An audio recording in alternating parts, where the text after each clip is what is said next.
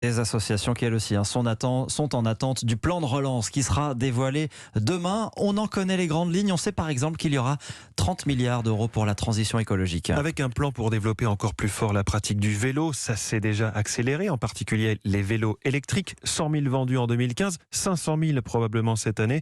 Pour autant, Hélène Terzian, il y a une vraie difficulté écologique à cause des batteries qui nous font rouler plus vite. Le problème qui se pose aujourd'hui est exactement le même que pour la voiture électrique. Certes, depuis 2 ans, une filière s'occupe du recyclage des batteries de vélos électriques, souvent en lithium. Pourtant, on ne recycle que 60 à 70% d'une batterie. Et avec le boom du vélo électrique, le recyclage pourrait passer d'un peu plus de 60 tonnes cette année à près de 1000 d'ici 5 ans, la durée de vie moyenne des batteries. Selon Éric Champarneau, économiste spécialiste de l'énergie, il est donc urgent d'adapter les capacités de recyclage. C'est un challenge. Ce serait très imprudent de ne pas s'en préoccuper.